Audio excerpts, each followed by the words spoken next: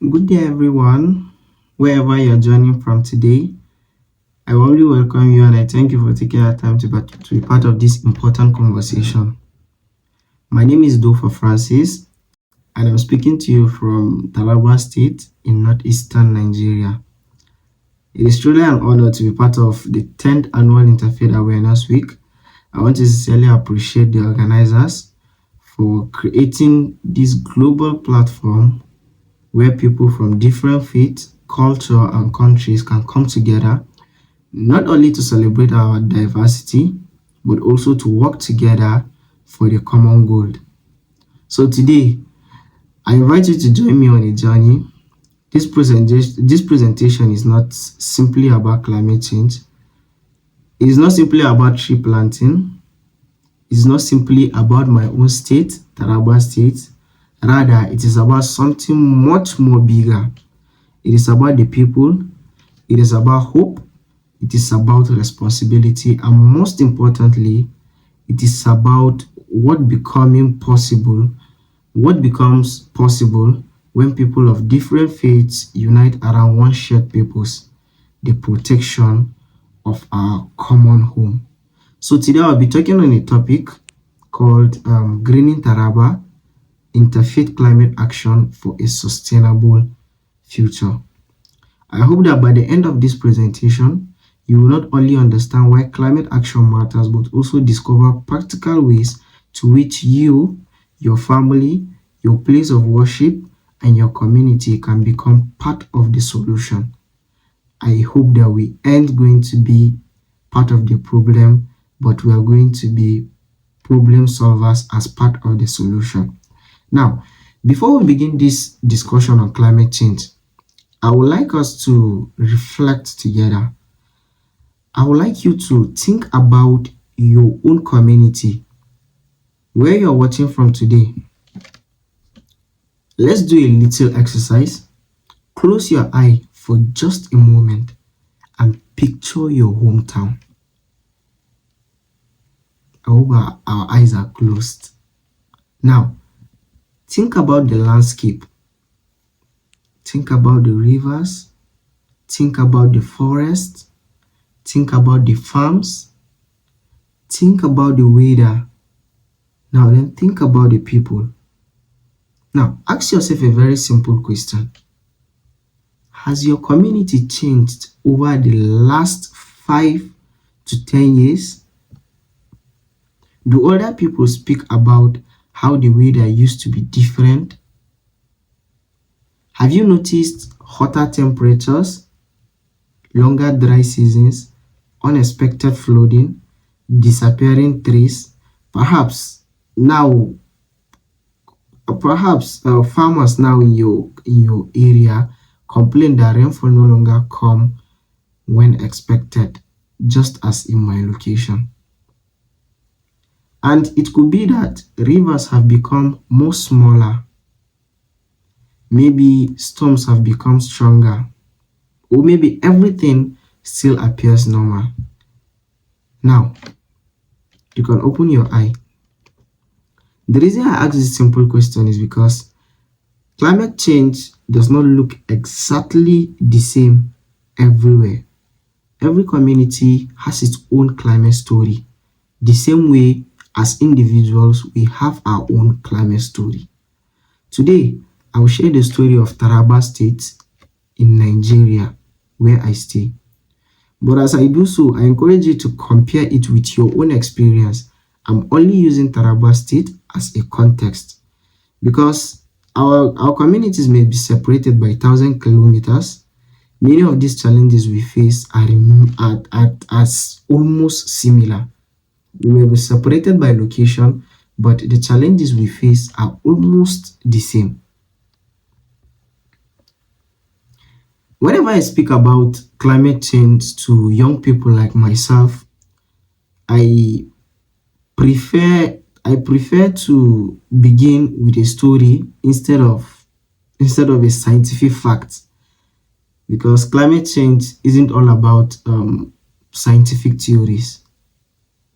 Now, let me tell you about a typical farmer in rural Taraba. in rural Taraba State where I stay. Imagine waking up every morning before sunrise. You prepare your farming tools. You walk to your farm with hope because your family's survival depends on that land when you till the soil. For years, you've known exactly when the rainy season begins. For us over here, rainy season begins exactly at April.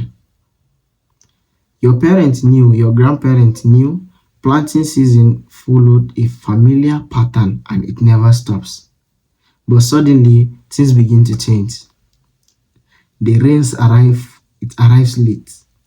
Something, sometimes rain even stop unexpectedly. Rain is supposed to stop in my location in October, but sometimes unexpectedly it stops in August. Other times, heavy rainfall destroy crops. Temperature becomes hotter, the soil becomes even more drier, harvest becomes small, and the income decreases. Now, children may even struggle to continue their education because their families earn less from farming. For many people, climate change is not an environmental theory, it is their daily reality. It is the reality that people always live in. And this reality is repeated in countless communities across Africa and around the world. Now, this story of a farmer I'm talking about is a reality of what farmers are going through over here in Taraba State in Nigeria. Let us understand let us understand what climate change actually means. Many people hear the word climate change almost every day, and for almost all of us that are here, we hear the word climate change every day. We hear them on television, we hear them on radio, we read about them even online. But surprisingly, many people are still unsure what climate change really is. Now, in simple terms, not to be complex, climate change refers to long-term change in Earth's average temperature and weather patterns. When weather pattern changes, that is climate change. Now, the Earth climate has always changed naturally over thousands of years. However, what concerns scientists today is not simply the climate is changing, it is how quickly it is changing. That is what scientists are interested in knowing. Now, the rapid changes we see today are largely driven by human activities, which most people find it difficult to point out.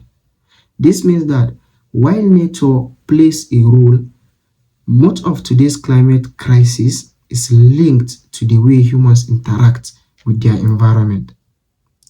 Now, this is important because if human activities contribute to the problem, then human action can also contribute to the solution.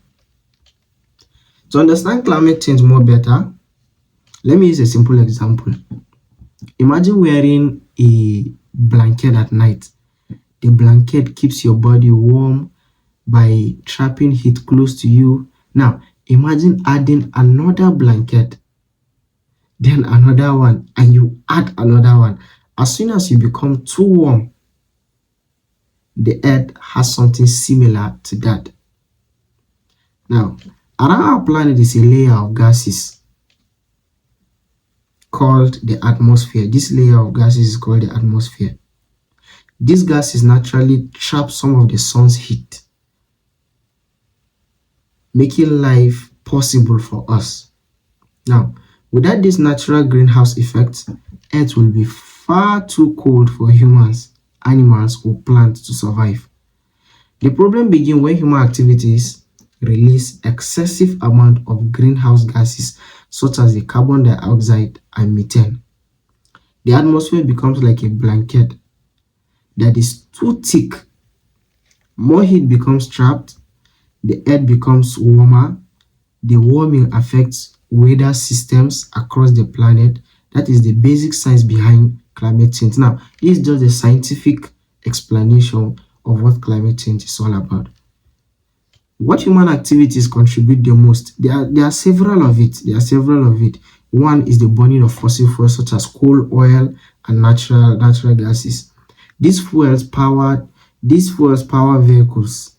We see vehicles being powered by fuels, factories, and electricity generation in many parts of the world.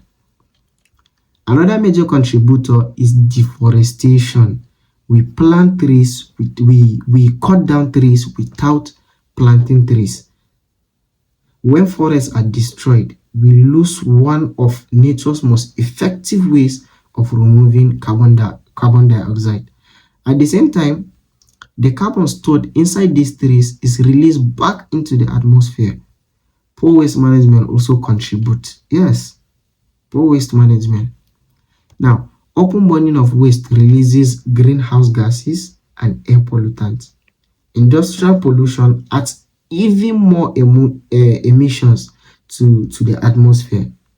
Unsustainable farming practices can also degrade soil and reduce its ability to store carbon. None of these activities alone explains climate change, but together, over many decades, they have significantly changed our planet. Now, that process of change, we don't tend to see it, we don't tend to understand it, but over the years, we feel the impact. We feel the impact as we live in this same world that we share. Many people believe climate change simply means hotter weather, and that's just it. Now, that is only one part of the story. Climate change influences rainfall, it influences wind patterns, it influences floods, it influences drought, it influences food production, and even influences our human health. Now, even even the spread of some certain kind of disease, even the spread of some certain kind of diseases. That is why climate change affects almost every sector of the society. It affects education because disasters interrupt. When there's disaster, kids can't go to school. It affects health because extreme heat and pollution increases the level of illness. It affects the economy because farmers produce less food. It also affects peace because competition over scarce natural resources can create tension. Now, every single thing that I mentioned is interconnected. If we look at it clearly, is connected together. One is connected to the other. That is why climate change cannot be solved cannot be solved by environmental expert alone.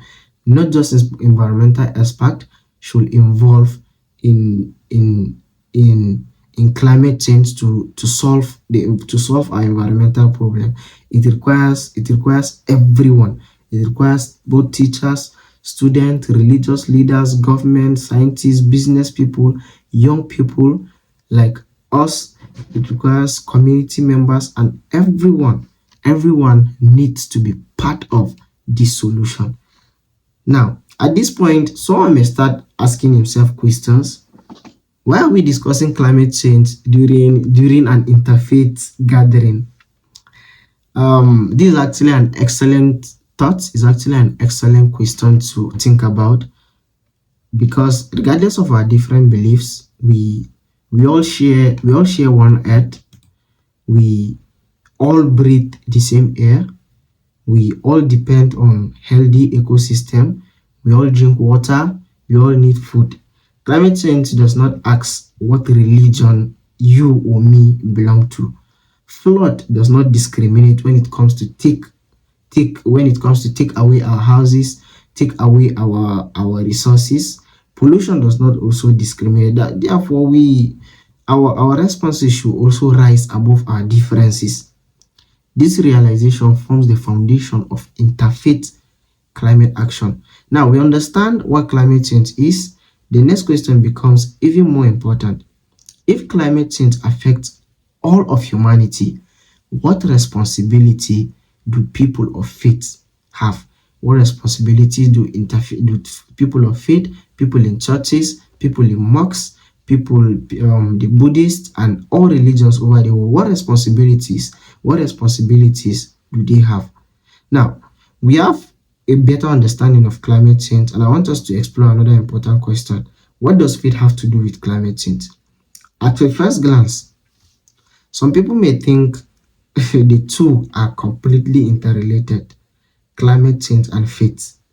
um, others may just say others may just say environmental protection is the responsibility of the government, so the government should take responsibility in environmental protection. Some may even believe that climate change has nothing to do with the religion we practice. But I respectfully disagree with those thoughts. In fact, I believe faith has everything to do with how we treat the world around us. Faith influences how we see people. Faith influences how we use resources. Faith shapes our value. Faith also teaches us responsibility. Now, and because faith shapes our values, is it also shapes the way we relate to creation. Before we discuss climate action, let us first discuss something even more important, our relationship with the earth. No matter where we come from, whether we are Christians, whether we are Muslims, whether we are religious believers, whether we are Hindus, whether we are Buddhists, Jews, or people who simply believe in protecting nature, there is one thing we all have in common. We all live in the same planet. There is no Christian atmosphere anywhere. There is no Muslim rainfall anywhere.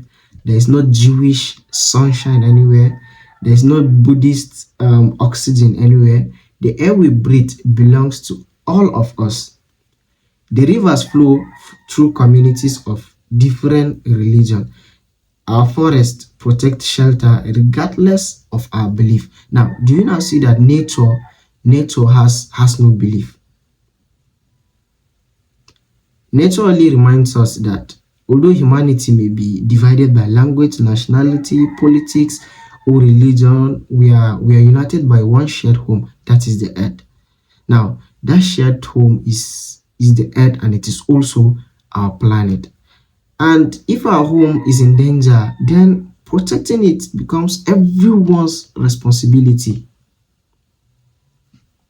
Now, since it is our responsibility, one of the most beautiful words found across many religious tradition is the word stewardship.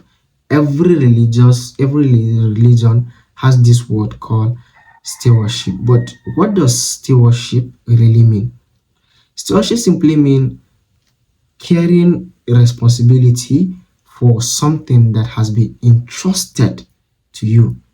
Now, allow me to introduce this now to illustrate it this way. Imagine your closest friend tells you, let me use my name, let me use myself as a case study. Imagine a close friend tells me, Dofa, I'm traveling for 1 month. Please take care of my house until I return. Now, if it is you, what will you do? For you, what will you do? Now, at that moment, will you break his windows? Will you destroy his furnitures? Will you throw rubbish away just anywhere? Of course, you ain't going to do that, because you understand that that house that was given to you does not belong to you. It has been entrusted to you. Now you clean it, you protect it, and I'll also maintain it. You probably make sure that it looks even more better before that friend returns. Yes. Now let us think about the earth. The earth has also been entrusted to us, not for exploitation, not for destruction, but for care. Stewardship, but for care, yes. Stewardship reminds us that we are caretakers. We are caretakers of the earth, not owners. This simple understanding changes everything that pertains our understanding of the earth. Because when we begin to see ourselves as caretakers instead of owners, our attitude towards nature changes completely. As a Christian, let's look at the Christian perspective. As a Christian, one scripture has greatly shaped my understanding of environmental responsibility. Genesis chapter 2, verse 15 says, the Lord God took the man and put him in the Garden of Eden. to work it and take care of it. Now, notice something very interesting. God gave humanity two responsibility: one, to work; two, to care. Many people remember the first responsibility, but very few people remember the second. God did not tell Adam to exploit the garden. He told him to care for it. The Bible repeatedly reminds us that creation belongs to God. And a scripture in the Bible called a scripture, Psalm 24, begins with this beautiful word: the earth is the Lord's and everything in it. Now, if the earth belongs to God, then how we treat it becomes an act of worship. When we protect forests, when we conserve water, when we conserve, when we plant trees, when we reduce pollution, we are honoring the Creator by caring for His creation. Environmental stewardship is therefore not separate from our faith. It is an expression of our faith. Environmental stewardship helps us to express our faith. Our Muslim brothers and sisters have equally powerful teachings about caring for the earth. The Quran teaches that the Quran teaches about human beings are khalifa, caretakers or stewards of the earth. Allah has entrusted humanity with responsibility of managing creation wisely. The Prophet Muhammad, peace be unto him, demonstrated deep respect for nature. One of my favorite saying of the Prophet is this, and I hope for Muslims that are amidst us know about this.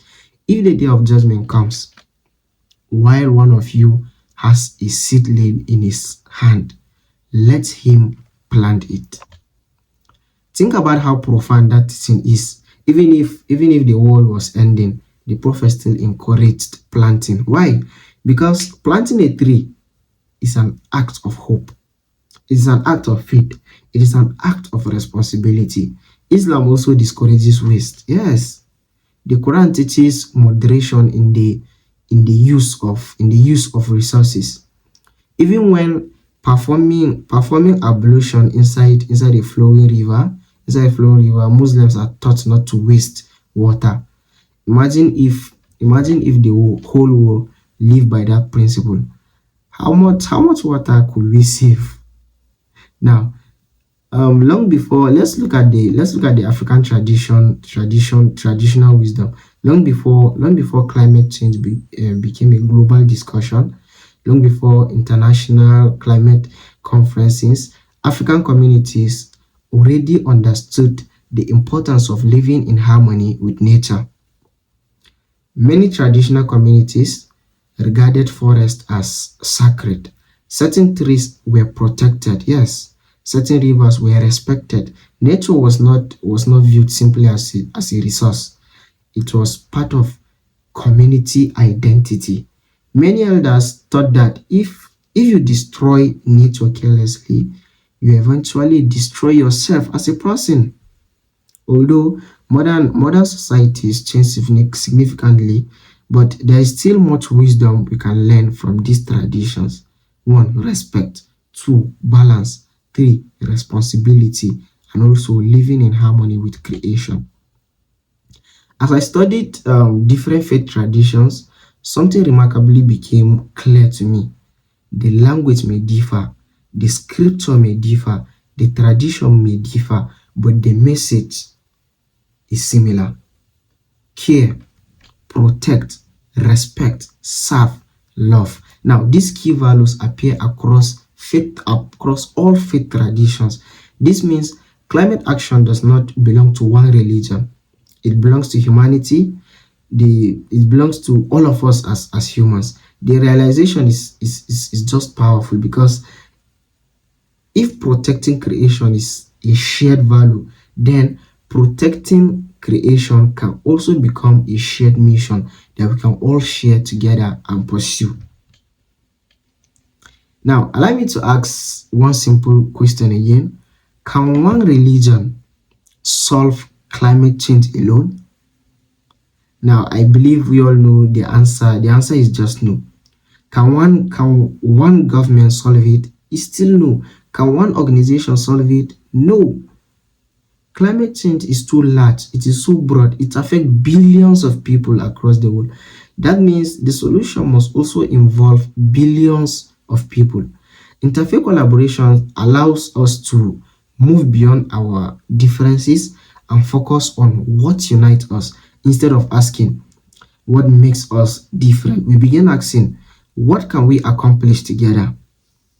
That simple shift can change everything. That simple shift can change our total perspective. One of the most beautiful thing I have noticed is how climate action creates opportunities for peace. Now imagine a Christian youth and a Muslim youth standing together, not debating religion, not arguing politics, not discussing differences. Instead, they are digging the same hole, planting the same tree, watering the same seedlings, smiling together, working together, serving their community together. That tree becomes more than a tree. Yes, it becomes a symbol that despite our different beliefs, we can still work together for common good. That is what we call peace building. And that is why I often say climate action is also peace action. Yes, I say this most often. Climate action is also peace action. Many people speak about tolerance. Tolerance is good, but I believe we can yes, we can even go even further. We we should move from tolerance to cooperation, from cooperation to friendship, and from friendship to shared responsibility. Climate change gives us an opportunity to stop asking who is right, and we begin asking what is right. Now, protecting children is right, yes. Protecting forest is right, protecting water is right, protecting life is right. These are values that all unite us as human beings. There's something else I've learned. Faith becomes most powerful when it moves beyond words. It is easy to preach about caring, it is harder to practice caring. Yes, it is easy to talk about compassion. It is harder to demonstrate compassion. Planting one tree may seem something small. Teaching one child may seem insignificant. Cleaning one community may appear just an ordinary act. But faith has always been demonstrated through action. Our beliefs become visible through what we do.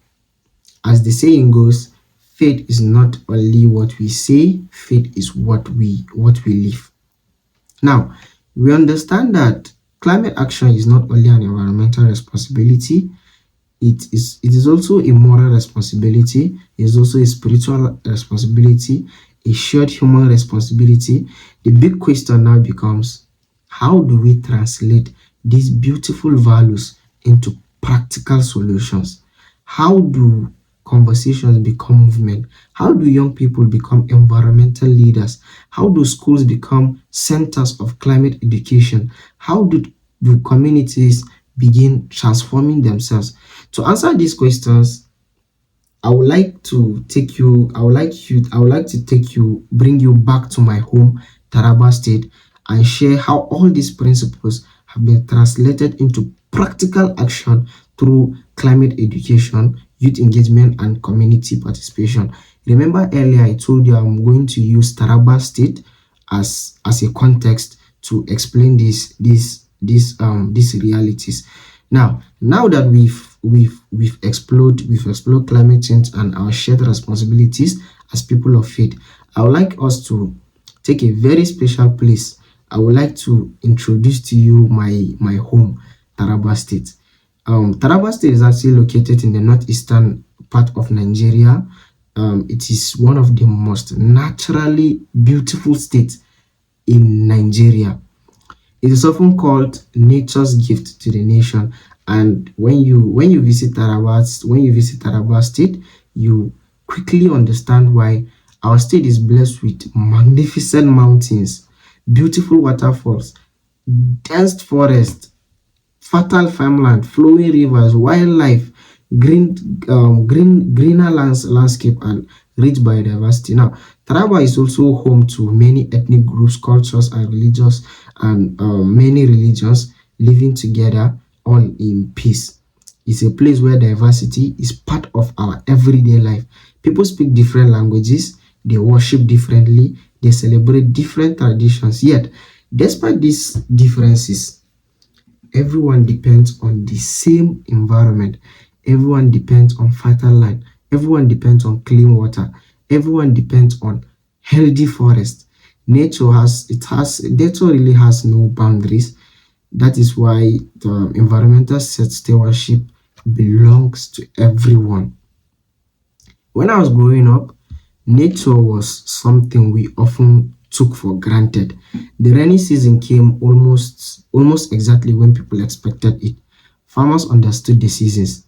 They understood when rain is supposed to come and when rain is supposed to be over. Communities depend on agriculture. Trees were just everywhere. Trees were just everywhere. But slowly things began to change. Not overnight. It wasn't just dramatically at first. Small changes, almost unnoticed, until they became impossible to ignore. Yes. Today, as I speak with farmers in Taraba, I hear similar stories. As I converse with farmers in Taraba, I hear similar stories. Many tell me that rainfall has become unpredictable. Some years ago, the came late. Other years, they stopped too early. Sometimes heavy rainfall destroyed crops instead of nourishing them. Now, farmers became farmers. Farmers rallied on experience. Farmers who once relied, they relied on their experience. Now they are struggling to predict planting seasons. They struggle to predict when really is the time to plant because of fluctuating rainfall seasons. People speak about the heat becoming more tense than before. Deforestation has become another major concern. Now, these changes affect almost everyone. It affects food security, it affects household income, it affects education because when farming suffers, most families over here depend on farming and they struggle to send their children to school when farming is really suffering. So climate change is there for not an environment. Is there for no, it is not just climate change is not just an environmental issue. It touches every aspect of community life.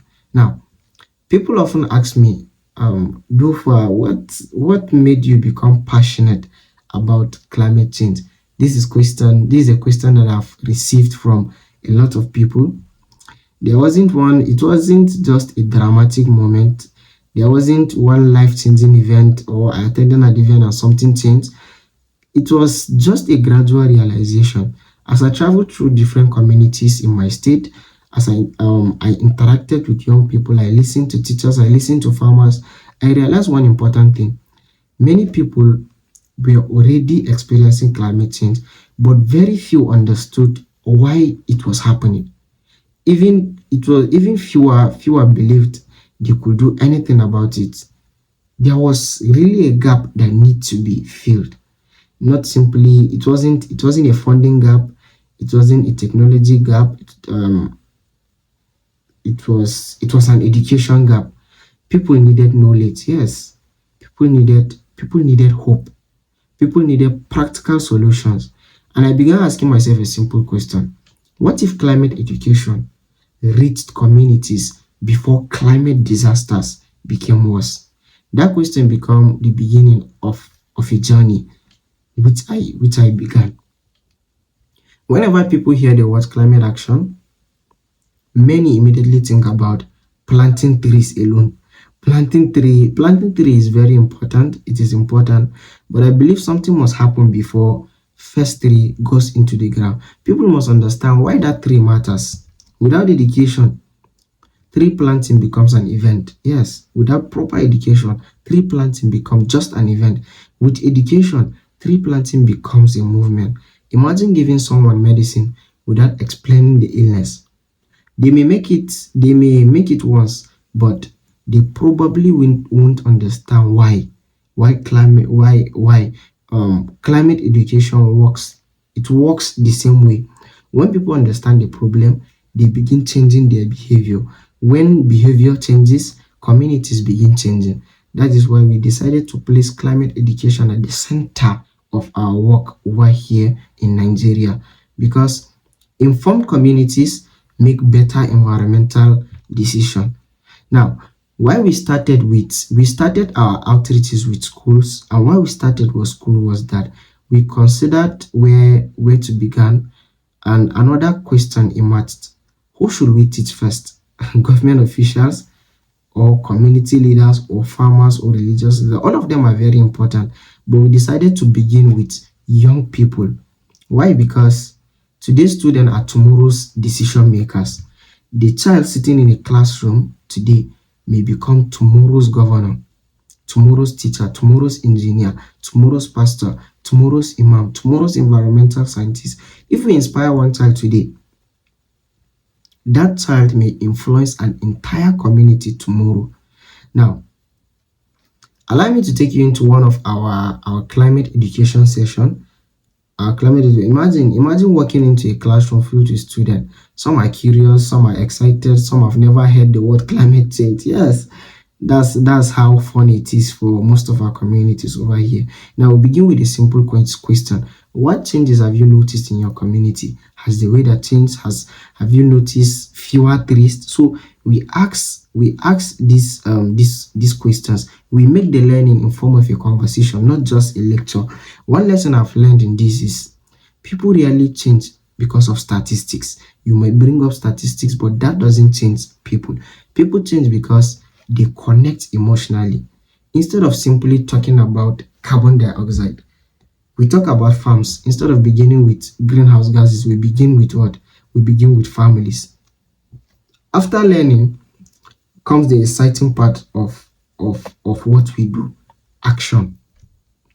This is when all the theories we've talked about became practical.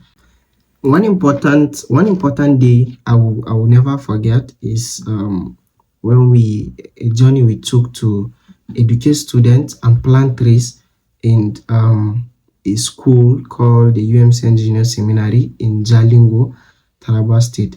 Now it was just more than a school visit. Students gathered with the assignment. We spoke to them about climate change. We educated them and did an action to plant trees. Now, when we look back to some of these experiences, I've learned lessons that extend beyond Taraba State. The principles we have applied are not unique in Nigeria. They can be adopted anywhere, whether you live in Africa, Europe, Asia, North America, South America, or the Pacific Island. Communities everywhere can begin with the same simple idea: educate people, inspire ownership, work together, take practical action. Now, as I reflect on this journey, one thing has become very clear to me. Climate action is not reserved for just wealthy nations. It is not for just government. Climate action belongs to everyone. Sometimes when we hear about climate conferences, international agreement, or large environmental organizations, we begin to think that solving climate change is beyond our ability. We tell ourselves, what difference can my small community make? What difference can one school make? What difference can one church or one mosque make? I I used to hear these questions often. Today my answer is simple. Every global movement begins with a local action. Before something becomes international, it first became local. Before a movement reaches thousands of people, it begins with just one person. Before our forest exists, there is only one seed. So never estimate the power of small beginnings. The first lesson we learn is this: education must first come before action. Make sure you educate before taking action. Another lesson is young people are really ready. Yes, that's the truth. Young people are ready. Sometimes it is the adult that are underestimating the young people. We assumed that older people assumed that these guys are too young to understand environmental issues. We assumed young people are only interested in social media. So we assume that they cannot become leaders. Now, every time I enter a classroom, I see curiosity in the faces of these young people like myself. Now, I've seen students become environmental ambassadors in their schools, which we were able to build and guide them. I've seen them encourage friends to also plant trees, which is taking action and reaching a broader audience of these children. After teaching them in schools, they take it back home to even their friends. One of the greatest gift climate action has given me is a new understanding of unity. Now, too often they will hear stories about religious conflicts, but climate action offers another different story, a better story, a hopeful story. It also always reminds us that regardless of our religious tradition, we all depend on clean air. Yes, we all depend on healthy ecosystem. We all depend on water. We all have our we all share we all share hopes. Our hopes are as strangers. We share the same hope as strangers than our differences. So allow me to share another lesson that shaped my own leadership journey. People rarely do what leaders tell them to do. People usually do what leaders demonstrate. That is why anytime we take up climate action, anytime we take up climate education, after educating, we do a little action.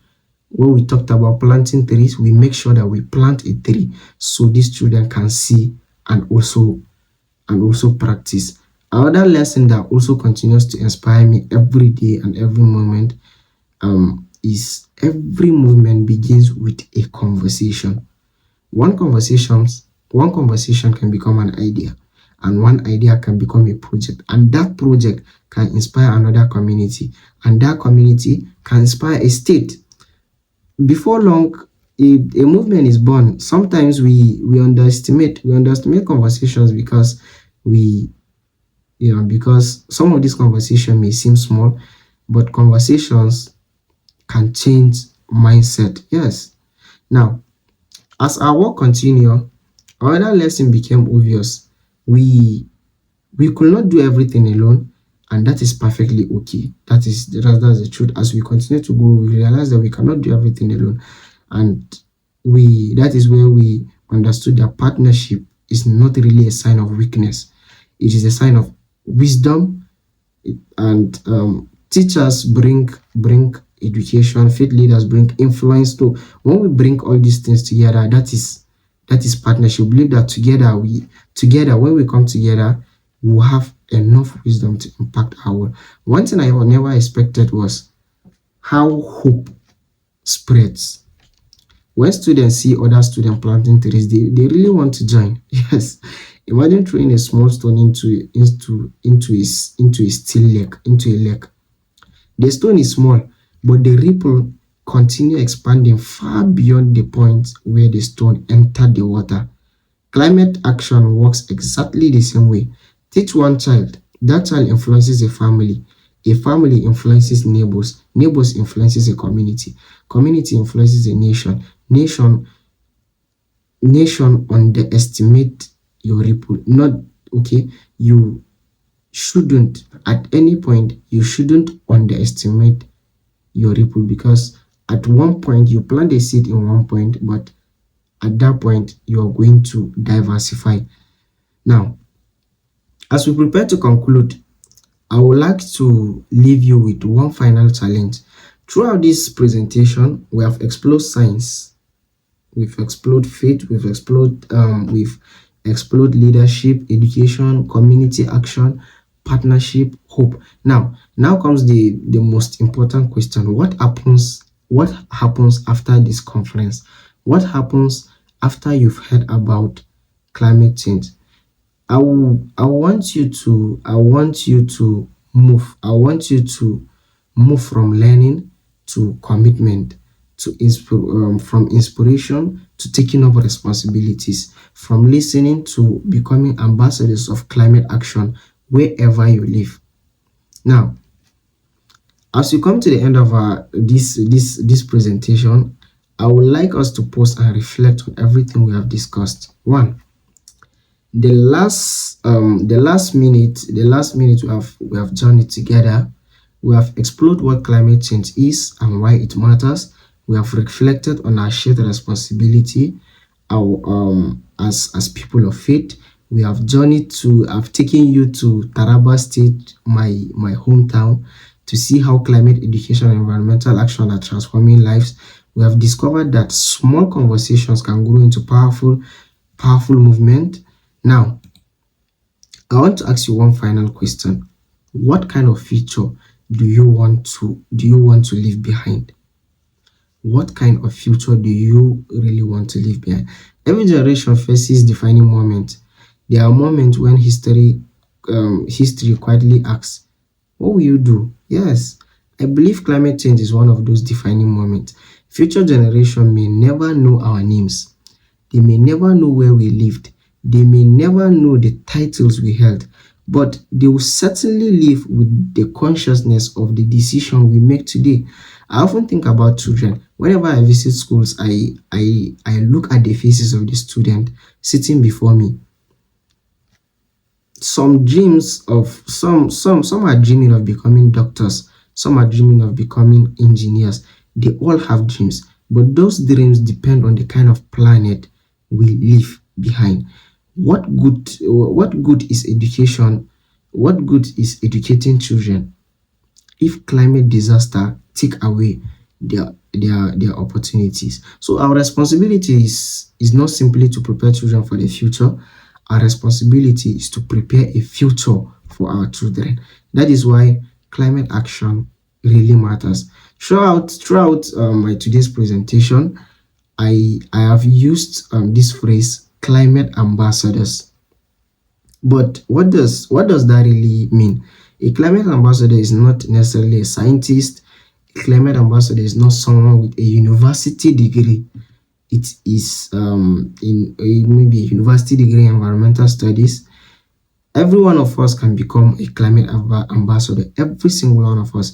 If you're a teacher, you can educate your student. If you're a parent, you can teach your children. If you're a religious leader, you can speak about stewardship. If you are a student, you can adopt sustainable farming practices. Wherever you are, whatever your profession is, whatever your age is, you have influence. I want each of every of us to believe that we have influence, and influence carries responsibilities. Today, I would like to invite every person watching me talk today to have 5 simple commitment. The first commitment is learn. Continue learning about climate change. Read, ask questions, listen to experts, understand the challenges facing your own community. Don't look at my own community that I gave context to, look at your own community. Now, the second commitment is teach. The first commitment is learn, the second commitment is teach. Teach one child today, teach your family, teach your neighbors. And this third commitment is act. Plant a tree, reduce waste, partner with schools, partner with places of worship, partner with places, offices. Now, our commitment is 3. The first commitment is learn, second commitment is teach, and the third commitment is for each and every one of us to act. Allow me to imagine something with you. Imagine if every church planted 100 trees every year. Imagine if every mosque organized an annual environmental awareness campaign. Imagine if every faith leader dedicated just one sermon every year to caring for creation. Imagine what the impact will have been. Imagine the friendship, imagine the peace we will have. Sometimes the greatest solutions begin with just one simple question: what if we work together? What if we work together? Now, before I conclude, I would like to speak directly to young people who who may be watching me right now. Perhaps you think you are too young to make a difference. Perhaps you believe leadership belongs to only the older people. I want to tell you something I've learned. Leadership is not determined by age. Leadership is not determined. Leadership is not determined by the number of your age. Leadership is determined by action. Mark this word, action. Do not wait until someone gives you permission to take care of your environment. Begin today. Start with your classroom, start with your school, start with your home, start with just one tree, start with just a simple conversation. History has taught us that has taught us something really remarkable. Many of the greatest movements in the world began with one person who refused to accept that nothing could change, one person who believed a better future was possible. Our nation can inspire the world. Your family can inspire your community. The question is whether each of us is willing to become that one person. That one person.